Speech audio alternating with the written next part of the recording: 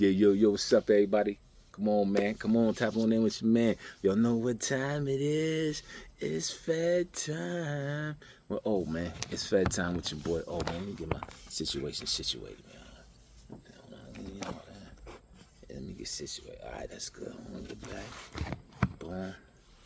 Yeah, that's good. All right, listen, y'all ready, man? It's Fed time. Well, oh, come on for the next installment. I told you I had a funny one to tell you, man. Oh my God, are y'all ready for this one here? Let's go, okay? It takes place at Petersburg Camp, man. Listen, man, I'm in Sweetersburg Camp, Virginia, man. It took me 10 years going through all the security levels to get down there, right? Boom. I finally made it to Sweetersburg Camp, man. Let me tell you something. Anybody that's been in the feds, they already know what I'm talking about. There's no better feeling than when you spend a decade behind the wall and the fence that you get to go to a camp, because federal prison camps don't have no fence. Most of them, these new shits, they throwing fences up around them shits. That'll never be a camp. All right, let me tell you something, man. I was in Otisville, no fence. Petersburg, no fence. Listen, that's a camp and when it comes to federal custody. But anyway, man, I finally made it after 10 years, man. Been in the riot. You heard the riot, FedTime. So all that shit lost a good time. I get to the camp. You can't tell me nothing. Can't nobody hold me down. Can't listen, man. Oh, I was doing the thing big. I had my ex-wife and my son, my oldest boy. They was bringing me up a trash bag full of goodies every week. Cause listen, once you get to the camp, you find out what your lick gonna be. You know, because it ain't no fence. So, you know, niggas is scatting. They going to the hotel. Them niggas going to... Listen, they was tripping at Petersburg Camp. I'm going to tell you this. If you don't know any history about Petersburg Camp in Virginia, the mayor of Washington, D.C., Marion Barry, got caught getting his dick sucked there at the camp on a visit. All right? That's all you need to know. Marion Barry, the ex-mayor of Washington, D.C., was getting some top in the visiting room at Sweetersburg Camp, man. So let me tell you something. It's official like a referee with a whistle, man. That's why everybody want to get there. It's no fence. It's sweet, man. I'm telling you, man. Shout out, man, to my guy, Ken Dixon, man. I hope you're doing well, man. Good man. Good man, that man. Yo, he looked after me when I was at the camp. Hey, Dixon, it ain't nothing but love, man. I hope you're still around. I know y'all smooth ass motherfucker. I got to give it to him. But yeah, so listen, guys. I finally made it to the camp. I got my ex-wife and my son bringing me the trash bag. I found out what my lick was going to be. You know, we at the camp, everybody want to work out. You know, you want to get buff. You about to hit the streets. So, you know, niggas in that going hard. They want the hydroxy cut, you know. They want all that, you know what I'm saying?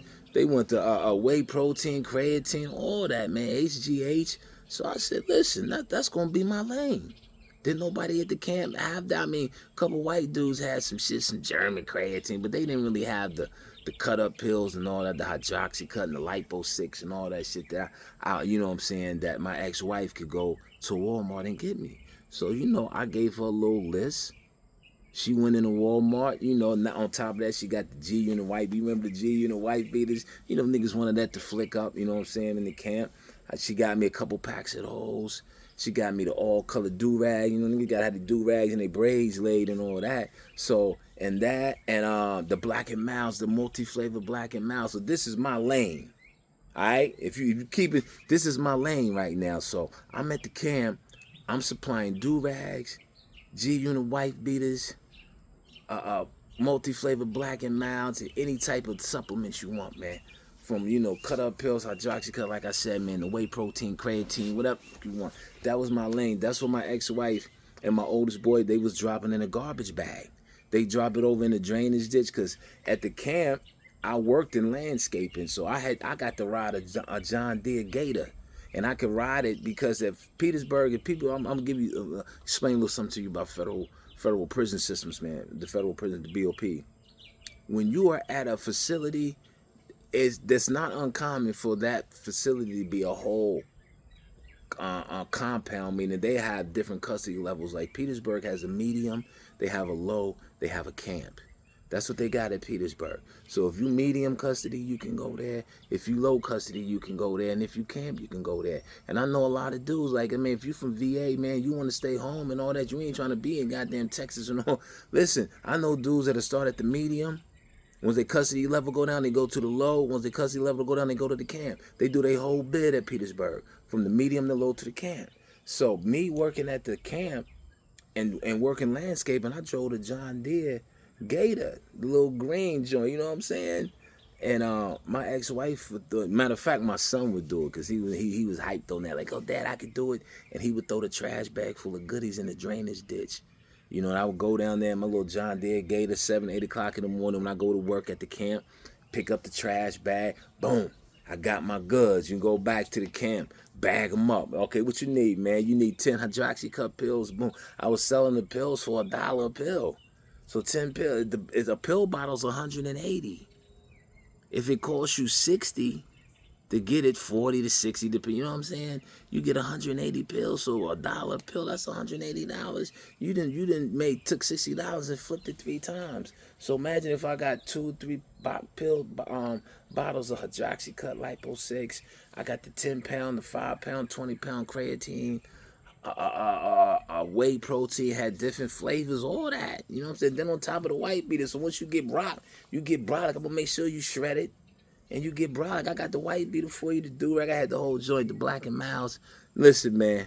So I'm the man. I'm like, listen, I got 9 years left. I'm gonna make $100 grand in this motherfucker, man. Yeah, I'm gonna make 100. I'm gonna come home with $100 grand. They the fuck. I'm gonna be at the camp. I'm gonna be doing the BIG. So yo, I got the rolling and controlling, man. You know, I'm slinging them things. Everybody love me. They going through the weight pile. Everybody getting swole up. They come checking. Gonna make sure they good. And yo, so me and my man Sal, you know, we used to ride down in the morning at night, and I used to, so the COs wouldn't come in my cell, in my locker. You had little cubicles at the camp, you ain't got cells.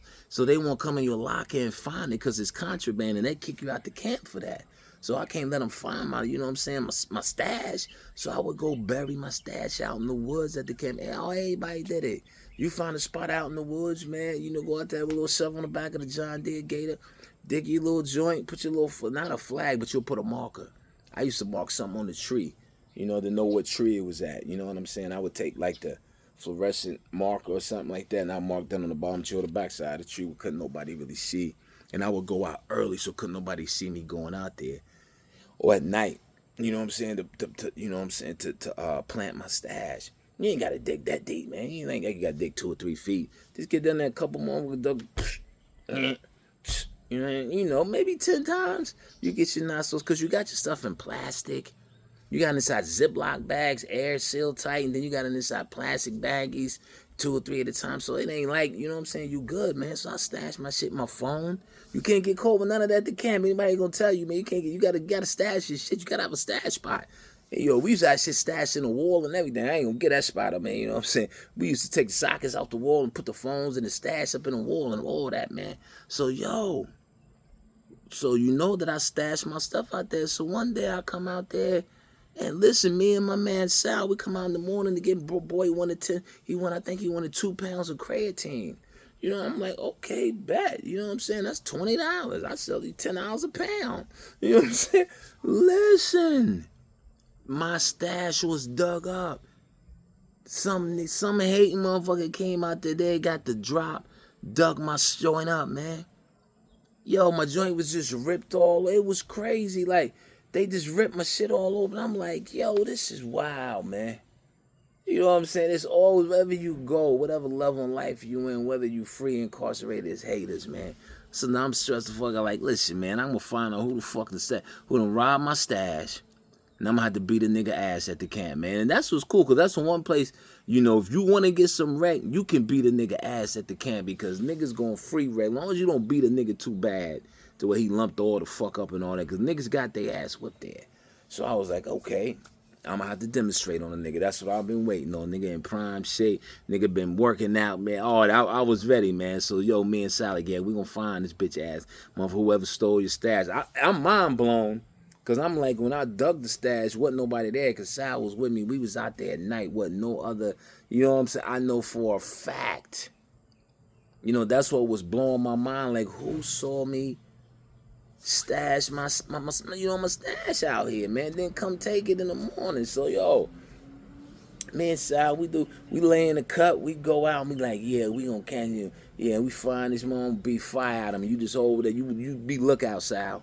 You be lookout, okay? He like, yeah, no doubt, OG. So listen, We go out there the next morning early. I think we skip breakfast because breakfast is like 6. We go down the landscape and we get the gator before anybody's at work. We scoot out. We like, yeah, we going to be waiting for this moment. Yeah, since you so.